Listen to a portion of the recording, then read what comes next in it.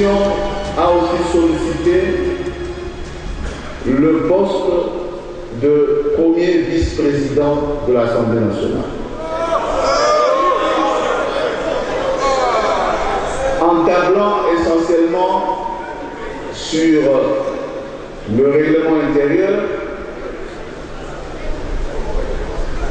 ainsi que sur la loi portant statut de l'opposition, qui insiste sur la proportionnalité. Certains de l'opposition souhaitaient suggérer avec insistance que, nous puissions procéder à la libération des postes, de tous ces postes, pour que l'on procède au vote. Il y a eu quelques candidatures, pas suggestion du bureau, contrairement à celle que j'ai suivie sur Radio Papi. Il y a eu quelques candidatures concernant le poste de deuxième vice-président ou de premier vice-président et le poste de rapporteur adjoint, en attendant le troisième poste, et tout devait se faire maintenant. Une autre partie de l'opposition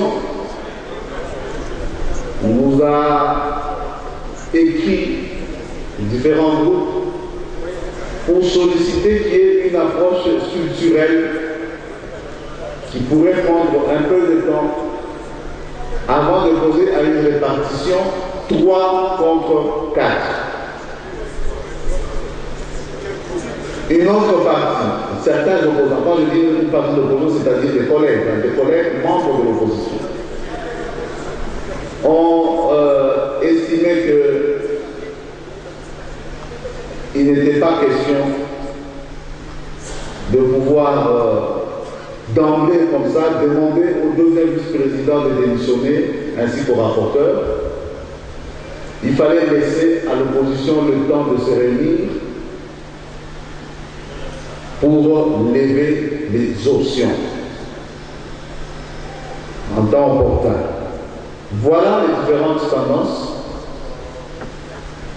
lorsque j'ai eu à échanger avec nos collègues de l'opposition. Lorsque je me suis rendu compte qu'il y avait quand même quelques petites contrariétés ou des revendications croisées, j'ai été obligé de convoquer une plénière de l'opposition afin que de façon transparente je puisse expliquer ce que j'avais fait jusque-là avec les amis de l'opposition, les collègues de l'opposition, pour éviter des malentendus qui suscitent la rumeur et qui créent la disharmonie entre les hommes, surtout dans une institution, ce n'est pas indiqué. C'est ce qui a été fait. Du côté de la majorité,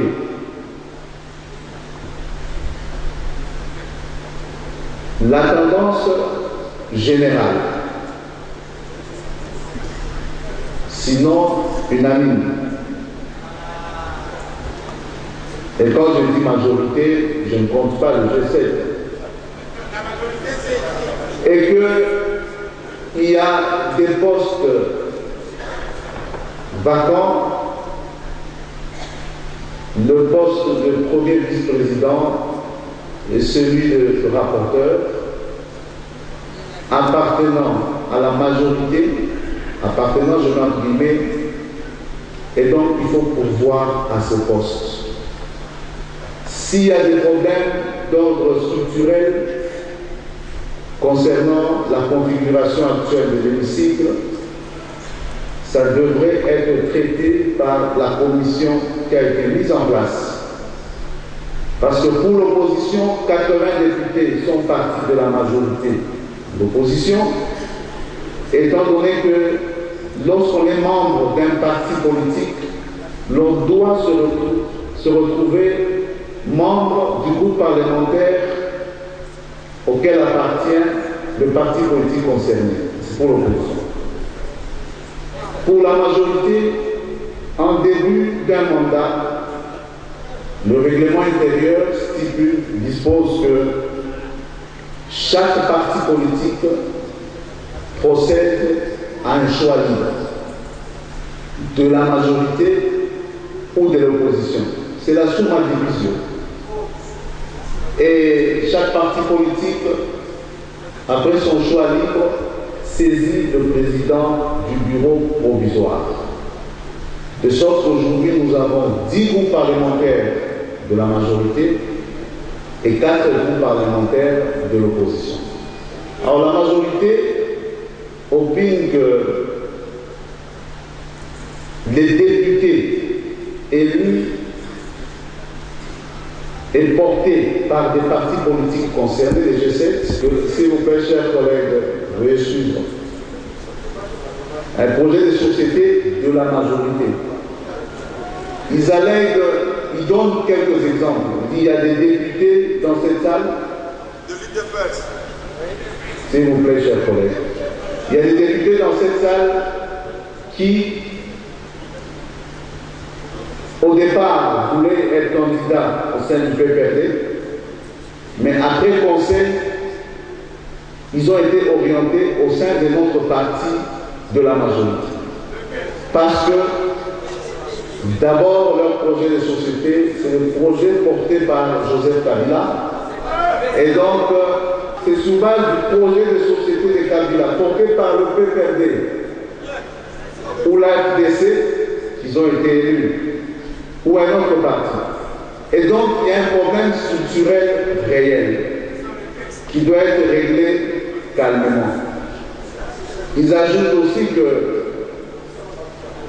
une partie de l'opposition dite républicaine, ces députés doivent-ils être comptabilisés du côté de la majorité ou de l'opposition? Ils ont aussi allégué que les députés qui ont dénoncé leur parti politique, qui ont formulé des appréhensions sur la compétence de ceux qui ont pris les décisions et qui refusent d'aller de l'autre côté en estimant que ceux qui ont décidé de changer de cap n'avaient pas le pouvoir de procéder ainsi, hormis quelques partis ou un seul parti. Quel est leur sort? Comment garantir leur liberté d'opinion? Et donc, voilà les deux tendances. Les deux tendances, et donc pour la majorité, il n'y a pas 80 députés qui ont procédé à la transhumance, mais ils estiment que plus ou moins 30 à 40 sont de la majorité. Selon l'identité de chacun, on ne veut pas s'attendre à autre chose. Il faut, si nous tenons à notre institution, si nous tenons à sa stabilité, il faut, conformément à la Constitution, aux lois de la République, aux instruments internationaux de droits de l'homme, notamment le Pacte international de 1966 sur les droits civils et politiques, le règlement intérieur.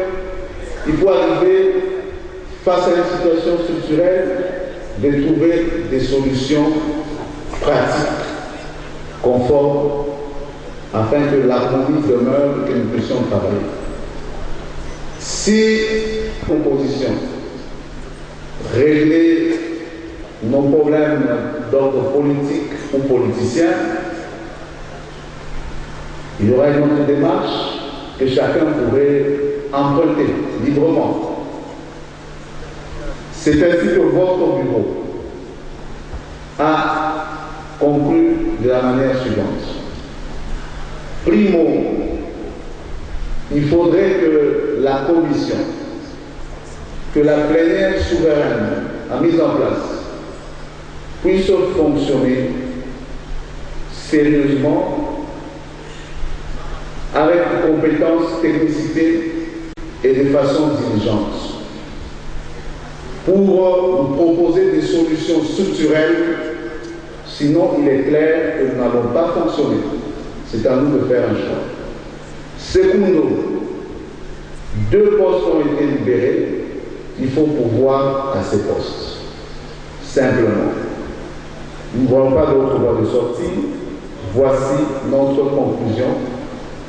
Même si dans notre temps, je dois le dire, nous avons reçu des correspondances, des textos, des appels, des menaces de pétition contre le bureau s'il adoptait telle position ou telle autre position. Mais je le rappelle encore ici, chaque député a le pouvoir d'user de ses prérogatives en chaque instant. Autant le député a le pouvoir d'initier une motion de défiance ou de censure, autant il a le pouvoir d'initier une pétition contre tout le bureau ou un membre du bureau, conformément au règlement de l'Assemblée nationale. Ça va de soi. Honorable député, chers collègues, je voudrais aussi stigmatiser un comportement. Parce que l'un de nous, de la majorité, a saisi plusieurs collègues, pas par la parole convaincre, mais d'une manière non conforme à notre code pénal, pour convaincre ces députés à pouvoir initier une action contre le bureau.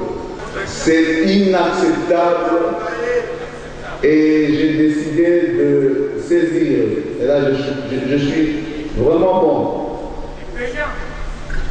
J'aurais dû agir comme un magistrat de parquet.